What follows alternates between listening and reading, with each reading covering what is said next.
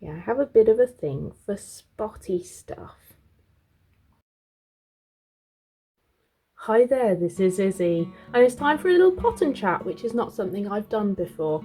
I have got my two little Tolumnias, the very small ones that I purchased recently, along with a third larger one.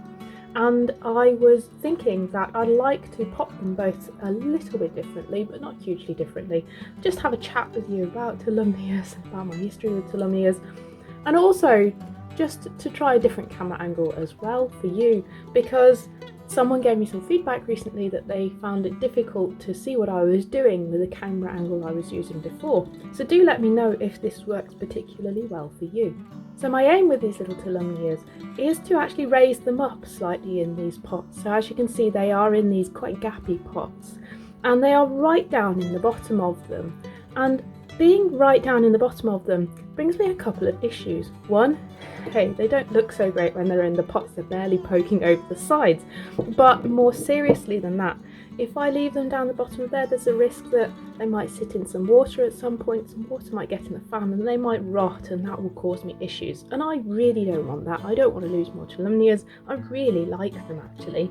So my plan is to take some large bark chips and just to raise these Tolumnias up. It's not really a full-on repot, it's just trying to get them a little higher in their pots so that they will, one, their growing points will be further away from the base, further away from water.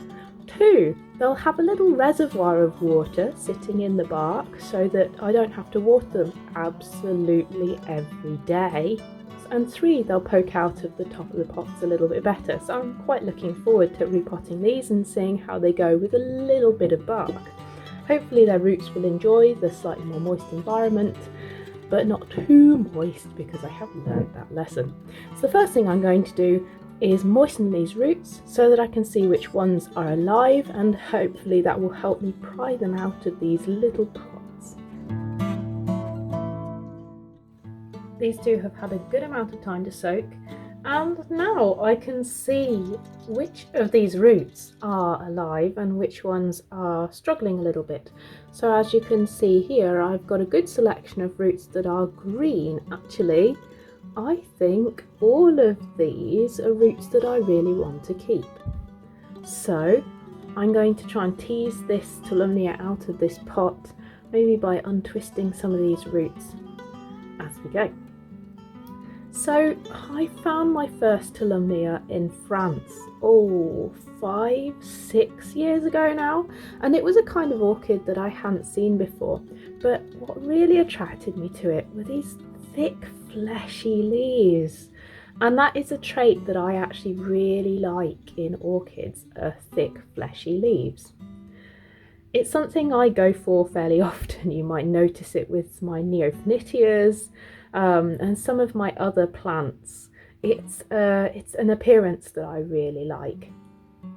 Now, what I didn't know at the time of getting that first Tolumnia was how different the care was that the Tolumnia would need compared to the other orchids that I'd grown before, which were complex vowel hybrids and oncidium hybrids. And let's just take a second out to look at what we've got here. We've got some new let's take a second out to look at what we've got here. We've got some new root growth down there. That's quite cool. How many fans do we have? We have what looks like maybe like a baby fan or something, or maybe it's part of the rhizome for this larger fan. I'm not totally sure.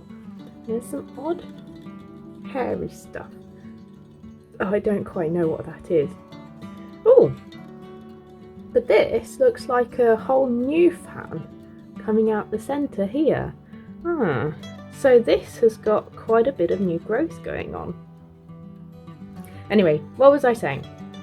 I was talking about the first Tolumnia that I got in a supermarket in France. I've not seen Tolumnias in supermarkets since then. I think maybe it's a climate and a location thing. What I'm going to do is gently wind some large bits of bark into the roots here, and then gently put this plant back into the pot that it came from. Notice that I'm not doing what I normally do with bark and like popping the plant in and potting it up. I'm sort of giving these roots a structure, but keeping it really light and airy, because Tolumnia love air around their roots. They are typically seen growing on twigs and things in the Caribbean. Like, in terms of airflow, they like a lot. So I don't want to be restricting these roots much at all, so that's why I'm trying this. Now back to that first Tolumnia. Of all the things that it could be potted in, it was potted in this plug of dense, I don't even know what it was. Perhaps foam or something. It was like a seedling substrate. It really wasn't helping the plant at all. And I knew nothing, I didn't know that that was going to be an issue. I had no idea that this was not what the plant needed to be potted in. And so I happily grew it, happily watered it, thought, oh, it's an orchid, how different can it be? Well, how wrong could I be? Very wrong, as it turned out. And over time it became clear that the Tolumnia wasn't happy in my care, and I took it straight out of the medium and found it just hadn't got any roots. And from then on I really struggled. So my aim with these Tolumnias is to give these roots lots of air and lots of space, and to really try and keep them healthy and give them a much drier environment than my first Tolumnia had when I got it. It's taking more bark chips than I expected, actually. I'm just sort of trying to wedge it upright. You might be able to see I'm looking carefully at how the plant is in the pot, looking at where it's wobbling, where it might be okay, and therefore where I might be able to add a little more support. Maybe around this side. I want a larger piece than the one I've got here. So that's quite a long piece. I'm just trying to wedge in a second piece here to help the plant out. There we go. Right, I think that looks quite good. I've elevated the rhizome out of the bottom of the pot. I've given all these new roots and the older roots some bark to hold on to, and in general I'm hoping that this will hold a tiny bit more moisture around the roots but still keep it nice and light and airy. Okay, that's the Jairak Firm Spotty done, and I'm going to move on to the Jairak Firm Big Bang. The Jairak Firm Spotty should be white with little kind of creamy coloured with little brown spots on it, and the Jairak Firm Big Bang should be a really big spread of red and orange over the lip of the Tolumnia. This one's a little bit larger, seems it's had a little bit longer in this pot, and it might take me a bit longer to get it out. It was the flowers as well that drew me to the first Tolumnia that I saw. So apart from these lovely fleshy leaf fans, which is something I like, the flowers were spotty, and I have a bit of a thing for spotty flowers and spotty everything, really. How am I going to get this out? Yeah, I have a bit of a thing for spotty stuff. So I really enjoyed the fact that a plant could look spotty like that, and I thought, oh, it's just beautiful. It's also a really big flower and quite a lot of flowers for the size of the plant. They're quite enthusiastic bloomers.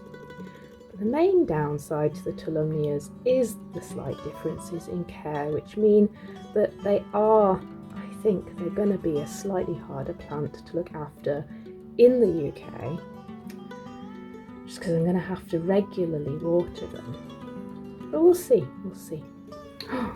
Wow, what a root system this plant has. Ooh, what a gorgeous plant. We've got some lovely curls of roots here, just uncurling it. How long is that? Again, most of them are green. That one is maybe a little older, so I'll just take that off. But most of these are doing great. Now this Tolumnia is just going for it. There's new roots everywhere. There's a little bit of confusion here with the fan that I just need to sort out. So there's some really thin leaves coming out of the base of this plant. So there's one there, another one here. It looks like maybe they're seedling leaves, part of the rhizome, I'm not totally sure. And then when it comes to mature fans, we've got 1, 2, 3, 4, at least 4 fans maturing on this one. And to be totally honest, didn't have that much room left in that pot. I'm not sure what to do with all of these tiny leaves. I'm actually really tempted. I shouldn't do this to leaves, but I'm really tempted to just take off the ones at the base here. Just take that one out. And the reason for this is I don't want them to rot later on and to cause me problems. So I've just taken that one off. I'll leave the others for now. Just try and tease some more of the roots out and downwards rather than upwards. And I'll leave these strange ones in as well, see what happens there. But to be totally honest, I don't think they're going to last forever. They sort of look like baby leaves, like when it's just come out the flask. So I'm just going to detangle them as best I can, and otherwise focus on the rest of the plant, try and get that into a nice pot. I'm just massaging the roots downwards, all these roots that are facing upwards, and trying to massage the leaves to face upwards instead, so that overall